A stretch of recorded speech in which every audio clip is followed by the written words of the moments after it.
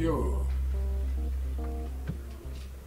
who are good observers will notice that I'm shaking because I'm not used to addressing university crowds. When I came in here, you may have seen me shaking, waving to the students, and you might have thought that this is due to the kindness of an old man.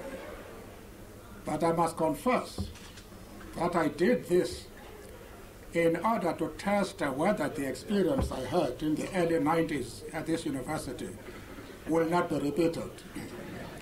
I was invited to come and address some students here, and the students reminded me of my own younger days when I used to break up meetings of the Communist Party.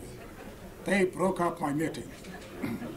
And I felt for the first time how the members of the Communist Party must have felt when I broke up their meetings. But I was reassured when they waved back enthusiastically. And but it's a great honor for us to be invited to this occasion to be given the record of the treason trial, because it is a very significant document. It contains part of the history of this country. Up until that trial, the view was that the ANC was dominated by the Communist Party. But the finding of the president of the special court, Mr. Justice Rumpf, cleared that matter, because he said that the ANC was running its own policy, making its own decision, and was not in any way influenced by the Communist Party in its policy.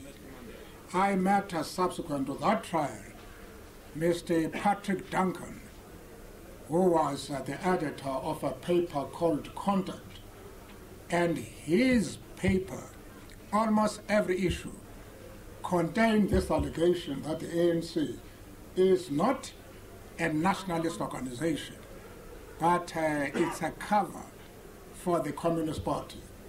And when I entered his office, he said, look, I have to change my attitude. I don't know how I'm going to do it, but the decision of the court has made the matter absolutely clear that I was wrong. So Justice Rumpf has actually served the liberation movement by making that finding, because we were accepted inside and outside the country as a nationalist movement whose aim was the liberation of its people from one of the most cruel regimes in the history of this country.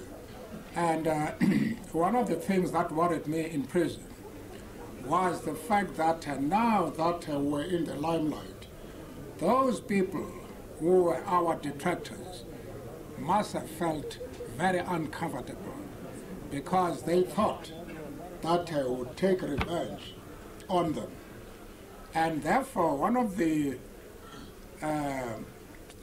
steps I took when I came out of jail was to invite quite a lot of people to make sure that we are here to contribute towards the building of our country. We are not for revenge. We have lost almost 30 years idle and doing nothing.